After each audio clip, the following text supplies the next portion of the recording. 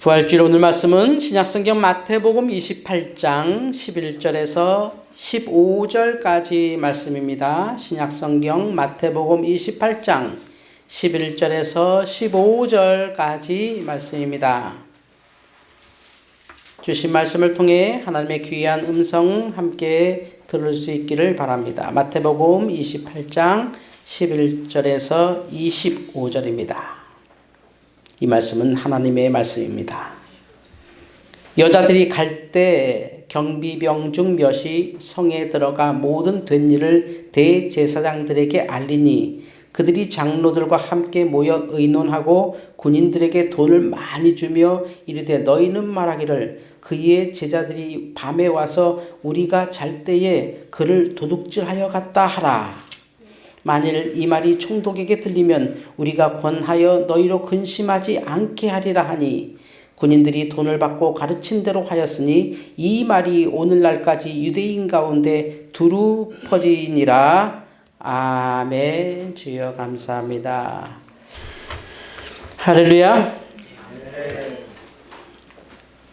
오늘 설교 제목을 저는 이렇게 잡아봤습니다. 혼란, 예수의 부활.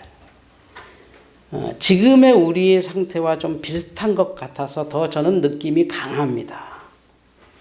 예수님을 죽였던 사람들이 예수님의 부활에 가장 큰 역할을 했던 사건이 있었습니다. 예수님을 죽이고 예수님이 사흘 만에 무덤에서 살아나셨죠. 원래 예수님은 돌아가시기 전부터 부활을 말씀하셨어요.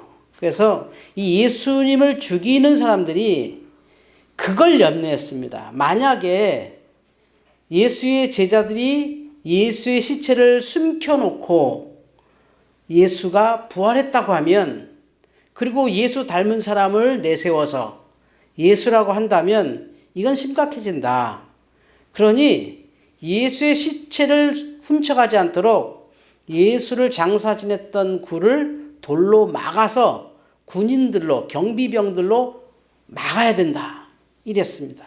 그래서 당시의 장례식과는 아주 다르게 예수님의 시신은 굴로 막혔고 경비들까지도 서 있었죠. 그러니까 죽은 사람을 지키고 있는 거죠. 그러니까 제자들이 혹시나 그 시체를 몰래 훔쳐놓고 우리 예수님 부활했다라고 거짓말하면 사회적으로 혼란이 오고, 또 이 대제사장이나 바리새인들이나 서기관들이 자신들의 믿음이 틀린 거였다는 증거가 되니까 자신들의 믿음이 맞는 거야, 또는 빌라도의 선택이 옳은 거야 라는 것을 주장하기 위해서 예수님의 시체를 지키고 있었죠. 그러니까 사실은 막고 있었어요. 큰 돌로 막고 있었어요. 그런데 예수님이 부활하실 때 지진이 나고 굴이 동굴에 막힌 것이 열리고 예수님이 부활해서 나오셨거든요. 지진과 이 모든 사태에서 경비병들이 다 혼비백산해서 예수님의 시신을 찾으러 갔더니 예수님을 감쌌던 세마포는 예쁘게 개 있고, 이걸 보면 예수님도 상당히 생활에 아주 바른 사람이죠. 이게 주무셨던 이불을 잘 개 놓으셨지, 잘 개 있고 이렇게 부활해 나가셨어요.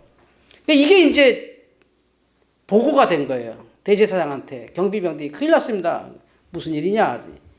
진짜 부활한 것 같습니다. 그러니까 이게 무슨 소리야? 아니, 시신이 없습니다.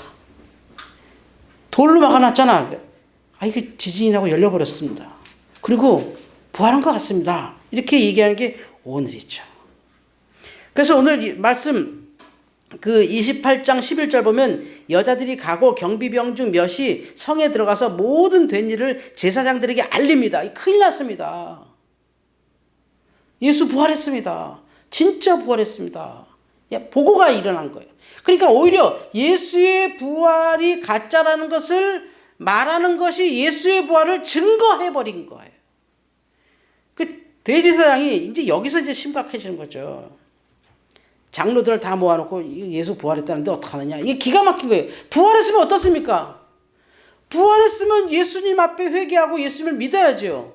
우리가 주님을 죽였습니다. 그런데 부활한 것을 이거 어떻게 됐냐 의논하고 있는 거죠. 그러니까 진실은 없고 논리만 남는 거예요. 논리만. 진실은 없습니다. 진실이 있어요. 논리만 있죠. 제가 사실 지난주에 조그맣게 손가락이 살짝 아파서 제가 어떤 정형외과 가서 조금 아주 간단한 수술을 받았어요. 그러니까 심줄에 염증 난 걸 살짝 끊어주는 수술이어서 세 바늘 정도 꼬맸으니까 간단한 수술이거든요. 이 수술을 하는데 이제 마취가 안 되고 이렇게 맨정신으로 부분 마취를 했습니다. 왜냐면 좀 그 수술 과정이 조금 제가 이 당뇨도 있고 여러 가지가 있어서. 그런데 의사분들이 이 수술하면서 간단하게 한 30분 정도 했어요. 준비부터 해서 다 째고 뜯어내고 다시 꼬매고 붕대 감는데 한 30분 정도 걸린 것 같아요. 전체는 1시간 걸렸는데 실제 수술 집도는 마지막까지 30분 정도 제가 된 것 같은데, 이 30분간 이 의사 선생님들이 한 3분이 하셨는데 그렇게 수다들을 떴어요. 이런 얘기 저런 얘기 막 하면서 코로나 사태를 막 토론하는 거예요. 저도 깨 있었잖아요. 그래서 저도 코로나 사태랑 같이 토론했어요. 누워서. 그러니까 한 분은 이렇다더라. 한 번은 저렇다. 의사분들이잖아요. 근데 의견이 좀 나뉘더라고요. 그래서 제가 거기다 대고 이랬습니다. 이게 두 분이 지금 의견이 다른 것은 지식이 달라서가 아니라 평상시 두 분이 보고 듣는 게 달라서 그렇습니다.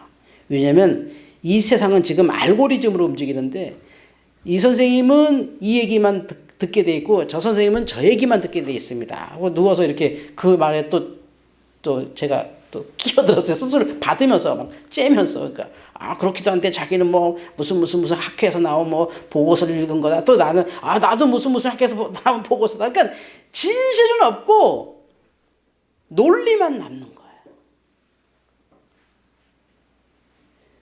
부활이 그래요. 부활이 됐는데 그냥 논리만 남죠. 말이 돼? 아니 부활이 됐는데 그게 말이 되냐고 그냥 논리만 들이대는 거예요. 심지어 제사장과 장로들이 지금 경비병들이 제자들이 와서 베드로가 와서 요한이 와서 무슨 제자들이 와서 너희들이 죽인 예수님은 부활하셨다 이렇게 1인 시위한다면 거짓말 하네 이러겠지만, 자기들이 고용한 경비병들이 와서 예수 부활했습니다 하니 부활을 받거든요. 경비원들은 여자들과 같이. 그러니까 여자들은 가고 경비원들이 대제사장들이 가서 이거 어떡합니까 했더니 대제사장과 장로들이 모여서 머리를 쓰는 거예요. 어떡하면 좋겠냐 해서 이 군인들을 부릅니다. 그래서 뭐라냐면 돈을 많이 줘서 회유하는 거죠. 니네들이 이렇게 말이죠. 그날 밤에 제자들이 와서 너희들 잘 때 예수 시체에 도둑질했다 그래. 이렇게 거짓을 만들어내는 거예요. 그러니까 돈을 많이 주고 매수한 거죠. 그래서 이 사람들 돈을 받았으니 그렇게 매수해서 그러고 막 떠듭니다. 예수의 시신 도둑질했다. 그러니까 오히려 예수님의 부활을 방해하려는 사람들이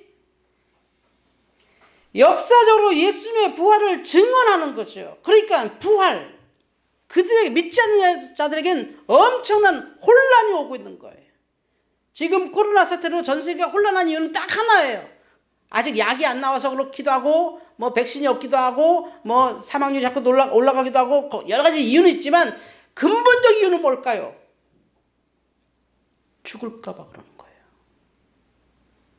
어떤 이유는 다 두 번째, 세 번째 이유고, 첫 번째 이유는 누구라도 죽음 앞에서는 두려워하는 거예요. 곧 부활에 대한 믿음이 없기 때문이에요. 오늘 우리 그리스도인들이 세상에 지탄받고 욕먹는 이유가 뭔지 아십니까? 부활이 없는 것처럼 살기 때문에 그래요. 세상 사람들보다 더 물질 좋아하고 세상 사람들보다 더 명예 좋아하고 이 모든 욕구가 어디서 오는 거예요? 죽으면 끝이다라는 생각 속에서 나오는 욕구이, 이 모든 욕구가 죽으면 끝나는데 돈이라도 벌자, 죽으면 끝나는데 명예라도 있어야지, 죽으면 끝나는데 뭐라도 남겨야지, 이게 다 죽으면 끝이라고 하는 사탄이 이 세상에 뿌린 가장 큰 알고리즘 속에 사는 거예요. 지금 죽으면 끝인데 죽으면 끝이야. 어떤 사람은 죽으면 끝이니까 도덕적으로라도 살자. 어떤 사람은 죽으면 끝이니까 돈이라도 좀 벌자. 죽으면 끝이니까 좀 좋은 일이라도 하자. 반응은 다 달라요. 그러나 그 근본적 생각은 죽으면 끝나네. 죽으면 아무것도 아닌 것. 이 사탄이 퍼뜨린 알고리즘의 모든 세계가 지금 오염되어 있는 거예요. 코로나보다 더 많이. 저는 그 5년 전이죠. 5년 전에 빌 게이츠가 그 테드에다가 얘기한 거 지금도 기억나서 엊그제 찾아보니까 있더라고요. 아직도 그게. 빌 게이츠가 그 이산화탄소 감축을 위해서 굉장히 노력한 사람이에요. 지금은 이제 마이크로소프트사 이사직까지 내놓고 이제 그 자원봉사만 하는데 다 같이 이게 지구의 환경 때문에 막 뭐 이산화탄소 어떻게 하면 줄이느냐 막 할 때 그 사람이 뭐라고 말하냐면 지금 인류를 멸망시키는 것은 핵무기가 아니다 그랬어요. 그러면서 이 뒤에 화면에 핵무기 그 핵 버섯구름 같은 걸 막 보여줘요. 저것 때문에 인류가 망하지 않는다 하면서 이것 때문에 인류가 망한다고 딱 사진을 보여주는데요. 코로나 바이러스. 실제입니다. 코로나 바이러스 사진을 딱 대도 이것 때문에 인류가 망하면 망했지 핵무기 때문에 망하지 않는다 하면서 그 사람이 말한 게 이제 앞으로 금방 올 테니 이런 시스템을 준비해야 될 것 같다고 막 연설하는데 그리고도 우리 준비 안 했어요. 5년 후에 정확히 왔죠. 코로나가 딱 왔죠. 변종이 와가지고 엄청난 지금 사건이 벌어지고 있죠. 그래서 그 사람이 말할 때 이러더라고요.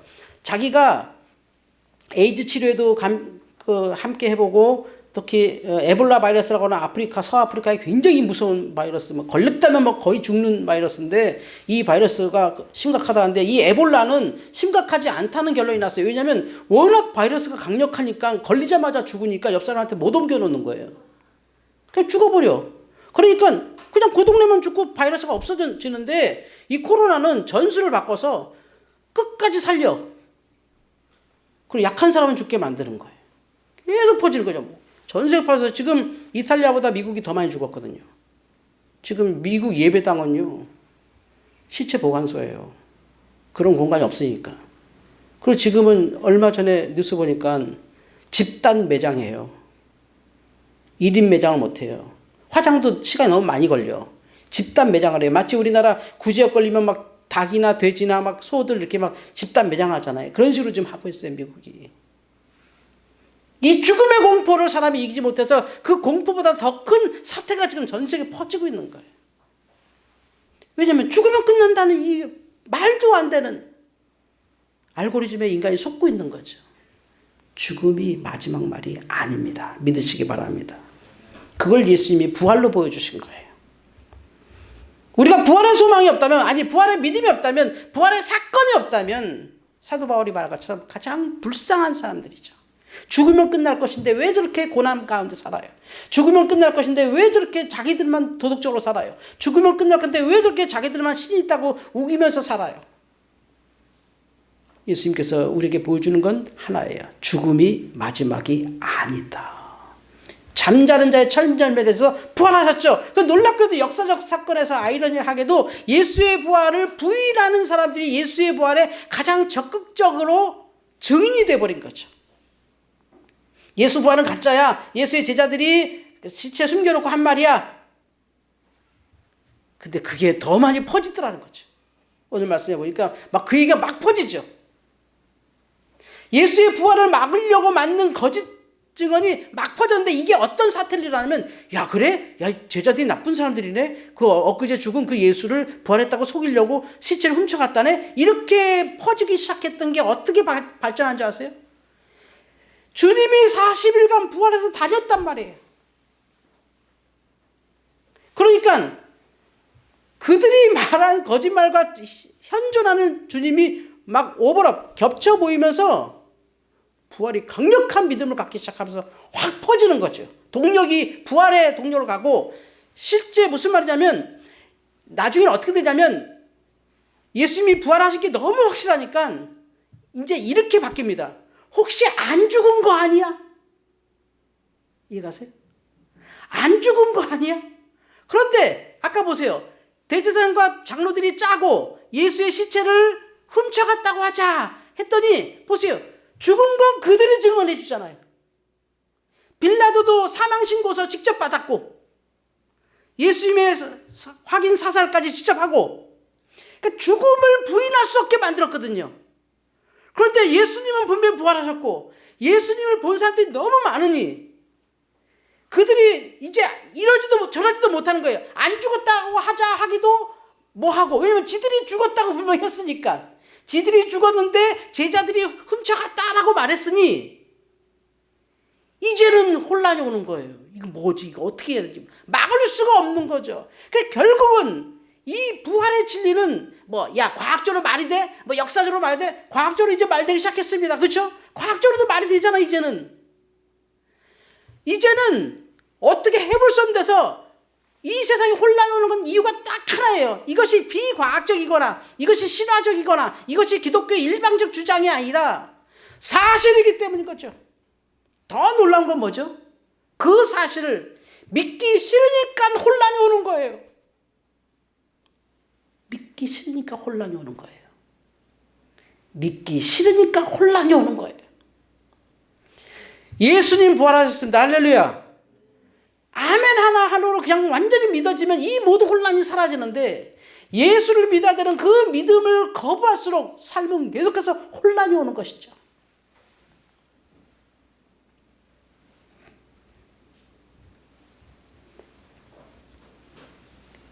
2차 세계대전에 히틀러가 유대인들을 많이 학살했을 때 많은 이제 이런 스토리, 저런 스토리 많이 나오는데, 유대인들이 가스실에 갈 때 독일 선생님 중에 유태인 학생들을 가르치던 어떤 선생님이 계셨습니다. 근데 이제 이 자기 제자들이 다 어린 아이들인데, 초등학교 저학년 어린 아이들이 다 가스실에 가야 될 거 압니다. 이 선생님이 마지막에 한 게 그 아이들을 손잡고 가스실 같이 들어가 주는 거죠. 같이 죽어주는 겁니다. 그래서 그 아이들이 선생님 믿고 따라 들어갔어요. 사실은 그대로 얘기해 주죠. 너희들과 우리는 여기서 죽는다. 그러나 죽음이 끝은 아닐 것이다.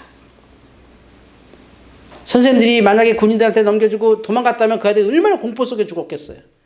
선생님이 손잡고 같이 죽어주니 애들이 죽어도 되나 보다 하고 죽는 거예요. 그게 부활의 믿음이죠. 만약에 죽음이 끝이라고 생각한다면 지금 코로나 사태처럼 그래도 우리나라는 관리가 잘 되는 나라죠. 전 세계 지금 뭐 휴지가 없다, 뭐가 없다, 뭐 사재기한다, 막 그러잖아요. 이게 왜냐면 죽음이 마지막이라고 착각하는 사상이 인간을 덮기 때문에 그래요. 부활의 믿음이 왜 필요하냐면 바로 이런 혼란 속에서도 죽음이 마지막이 아니기에 여기서 절망하지 않고, 혹 내가 그 코로나의 희생자가 되어도 그것이 끝이 아니기 때문에 우리는 오늘 하루도 당당하게 믿음으로 사는 것입니다. 할렐루야. 그래서 믿음입니다. 그래서 믿음입니다. 혼란, 예수의 부활, 믿지 않기 때문에 오는 것이죠. 여러분께서 예수님의 부활을 믿지 않는다면 끝없이 혼란이 여러분을 괴롭힐 겁니다. 그리고 불안이 여러분에게 끝없이 엄습할 것입니다. 어떤 많은 물질이, 어떤 많은 것들이 우리의 죽음을 대체해서 우리를 편안하게 해줄 게 있을까요? 여러분이 얼마나 많은 명예를 갖고 있으면 죽어도 한이 없을까요? 얼마나 많은 물질이 있으면 죽어도 괜찮을까요? 그런 건 없잖아요. 곧 죽음은 마지막이 아닙니다. 이것이 예수님의 유일한 부활의 소망이고, 그래서 주님이 부활하신 그날을 우리가 안식일을 대신하여 주일로 섬기죠. 바로 이 주일이 로드스데이, 주님이 부활한 그 요일이에요. 우리 예수의 부활을 믿는 믿음이죠. 곧 죽음으로 끝나지 않는다. 죽음으로 끝나지 않고 하나님의 심판대 앞에 설 것이기 때문에, 주님과 영원히 살 것이기 때문에 오늘도 영생의 하루로 사는 거죠. 그 영생의 일부분으로 오늘 사는 겁니다. 내게 고난이 닥치든, 내게 가난이 닥치든, 내가 질병이 닥치든 영생의 희망으로 삽니다. 그것이 부활입니다. 믿지 않는 자들에게는 혼란입니다. 예수의 부활은 믿어지지 않는 사람에게는 끝없는 혼란이요, 논쟁입니다. 시끄럽습니다. 그런 게 어디 있어? 그럴 리가 있어? 말이 된 소리야. 그게 신화지? 말이 안 돼. 그런데 성경을 보면, 또 당시의 역사를 보면 예수를 죽인 사람들이 너무 정확하고 예수의 시신을 감춰뒀던 사건이 너무 정확하기에 예수님이 살아서 40일간 이 땅에서 사시다가 승천한 그 기간을 설명할 수가 없고 예수를 본 사람들이 너무 많기 때문에 예수를 본 사람 중에 어떤 사람은 혹시 예수님 기절했다가 일어난 거 아니야? 할 정도로 확실하게 봤기 때문에 도마 같은 경우는 예수의 손을 진짜 만져도 보았기 때문에 예수는 부활을 막을 수가 없는 겁니다. 어떻게 안 믿을 수가 없습니다. 그런데 이 신앙이 내게 혼란을 주는 것은 그 믿어야 될 믿음을 안 믿으면 끝없이 혼란이 오는 겁니다. 믿음은 마음의 문제만이 아닙니다. 믿음은 결단의 문제만이 아닙니다. 믿음은 종교생활의 한 시작으로 끝나는 것이 아닙니다. 믿음은 생명입니다. 그래서 예수님은 영생이라고 하는 겁니다. 그저 내가 마음 이쁘게 먹고 살려고, 내가 이 땅에 살면서 좀 종교 하나 좋은 거 가지고 살려고, 좀 사람답게 살려고, 그런 믿음의 차원이 아닙니다. 우리 인간을 끝없이 괴롭히는 이 죽음의 문제를 이기신 것입니다. 할렐루야. 지금 코로나 사태 때 바로 하나님은 우리에게 이런 부활을 가르쳐주고 계십니다. 기도하기는 전 소망합니다.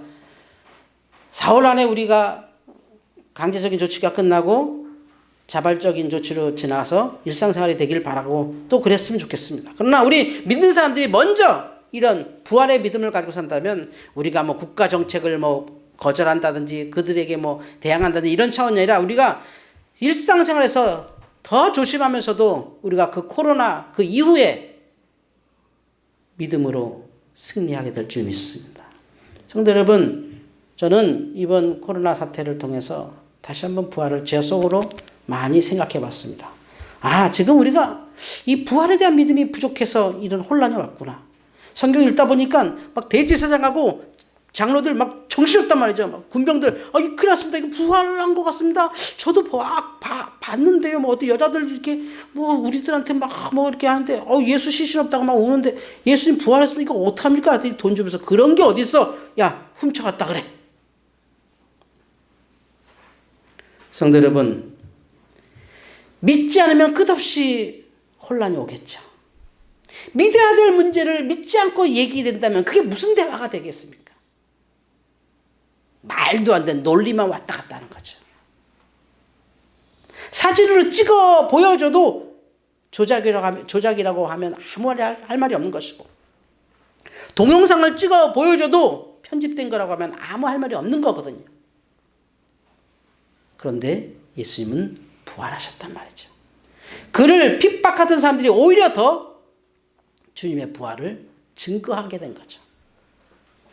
오늘 이 부활절 우리 교회에 주신 이 메시지를 가지고 승리하시기 바랍니다.